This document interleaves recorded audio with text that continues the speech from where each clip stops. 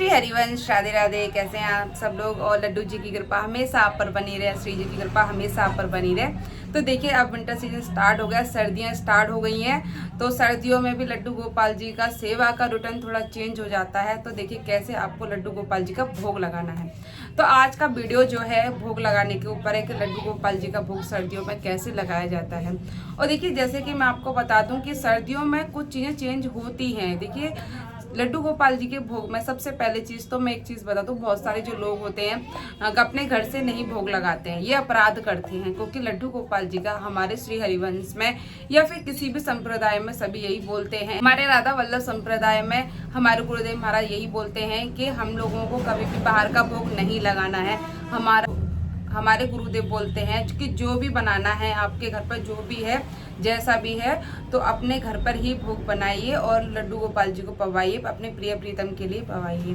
तो देखिए, बहुत सारे लोग ऐसे होते हैं जो कि घर पे उन पर नहीं बनाना आता है या फिर वो बाहर से ऑर्डर करके ले आते हैं। क्योंकि बाहर की चीज़ें शुद्ध नहीं होती, हमारे बच्चे के लिए शुद्ध नहीं होती हैं, तो फिर वो हमारे लड्डू गोपाल जी के लिए शुद्ध क्या हो गया। आपको पता है बाहर कैसे कैसे बर्तन यूज होते हैं, कब का खाना रखा रहता है, वो कभी ताजी खाना नहीं बनता, गंदे संदे बर्तनों में भी खाना बना देते हैं। बाहर की चीज़ें ना बिल्कुल भी साफ नहीं आती। एक बार आप बनते हुए देख लोगे ना बाहर का खाना, तो आप ये भी नहीं खवा पाओगे, ठीक है। क्योंकि मैंने खुद देखा है बनते हुए, इतनी सारी वीडियोस चलती हैं और हमारे गुरुदेव तो मना ही करते हैं।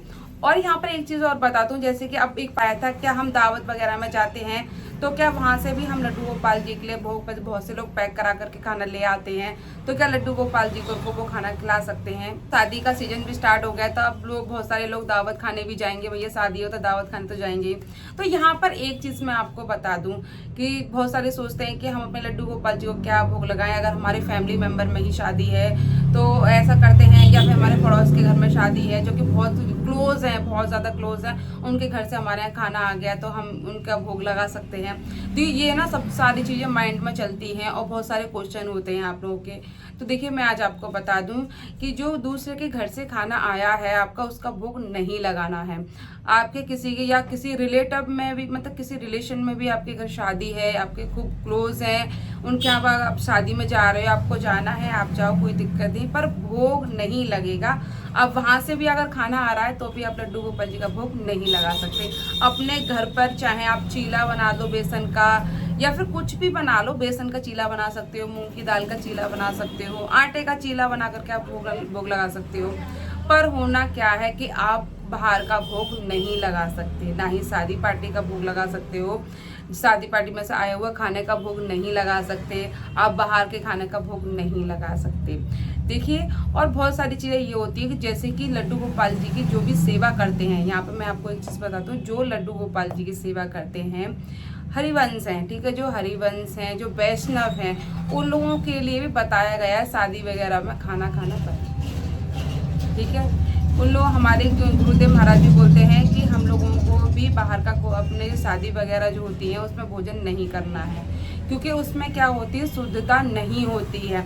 अभी क्या चल गया, डोंगा सिस्टम का चल रहा है ना, जिस झूठे हाथों से एक ने लिया, फिर दूसरे ने लिया, फिर तीसरे लिया, ठीक है। और फिर मेन चीज़ होता है इसमें प्याज लहसुन भी पड़ा होता है। अब ये सोचो कि हम लोगों को तो भैया, अब अगर हम किसी के दावत में नहीं जाएंगे या फिर हमारे घर ही कौन आ जाएगा, फिर हम किसी का नहीं खाएंगे, तो वो क्या क्वेश्चन भी रहता है, ठीक है।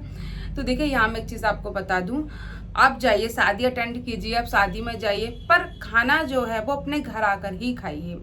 ये बहुत इंपॉर्टेंट चीज़ है कि जो भी आप, मतलब जो आपको दे के आना है, किसी लड़की की शादी है तो आप जा करके शादी अटेंड कीजिए, पर जो भी खाना पीना है आपको घर आके खाइए। वो थोड़ी ना आपको देख रहे हैं वहाँ के आपने खाना खाया है कि नहीं खाया है भैया, जिससे कि देखो सामने वाले का भी मान सम्मान बचा रहे और आपका भी धर्म खराब ना हो, ठीक है। अगर आप खाना खाते हो ना वहाँ जा करके, आप शादी वगैरह में भी खाना खाते हो जाके, अब देखो हम लोग भी जाएंगे शादियों में जाएंगे तो हम लोगों को मैनेज करना कितना मुश्किल पड़ता है। ना हो सके आप अपने घर आकर के खाना खाइए। अगर मान लीजिए नहीं हो पा रहा है ऐसा, कि हम ऐसा नहीं कर पा रहे हैं, फिर हम कैसे करेंगे। तो देखिए, आप जैसे किसी चीज़ में प्याज लहसुन की चीज़ होती है ना, जैसे कि छोले वगैरह बने होते हैं तो उसमें प्याज होता है ना, पनीर बना होता है उसमें प्याज होता है, क्योंकि वो ऑप्शनल है, उसमें दाल वगैरह भी होंगी तो दालों में भी प्याज का तड़का लगा होता है। तो आपको ऐसी चीज़ नहीं खानी है, आप वैसी चीज़ ले सकते हो जिसमें प्याज नहीं हो, ठीक है। ऐसी चीज़ों को जो सूखी चीज़ें होती हैं, जैसे कि बहुत सारी शादी ब्याह में सूखी चीज़ें भी होती हैं जो कि आप खा सकते हो। मीठा खा सकते हो, आइसक्रीम वगैरह ले सकते हो, फ्रूट खा सकते हो, बहुत सारी वहाँ खाने की चीज़ें मिल जाती हैं। तो आप अगर आपका नहीं हो पा रहा, आप दूर गए हो किसी शादी में और घर पर नहीं आ पाओगे, तो आपको कोई दिक्कत नहीं है। ऐसी है तो आप इस तरीके से अपना खाना खा सकते हो, इस तरीके से खा सकते हो, पर वो चीज़ नहीं खा सकते जिसमें प्याज लहसुन का हो, ठीक है। और गुरुदेव महाराज तो हमारे मना ही करते हैं कि आपको कहीं भी भोजन नहीं करना है अपने घर के सिवा, ठीक है। और यहाँ पे मैं आपको बता दूं कि लड्डू गोपाल जी को भोग में क्या लगाना है सर्दियों में। देखिए, लड्डू गोपाल जी को सर्दियों में सबसे मेन चीज़ ठंडा भोग नहीं लगाना है। भोग हमेशा गुनगुना होना चाहिए, क्योंकि गर्म के घर बने लड्डू गोपाल जी के लिए आप लड्डू गोपाल जी का भोग लगा सकते, पर भोग में हमेशा ध्यान रखें सर्दियों में गुनगुना होना चाहिए, गर्म नहीं होना चाहिए, गुनगुना, ठीक है। तो इस तरीके से आप भोग लगा सकते हो। और वीडियो अच्छी लगे तो प्लीज़ लाइक शेयर कमेंट जरूर कर देना, मेरे चैनल को सब्सक्राइब जरूर कर लेना। राधा वल्लभ श्री हरिवंश।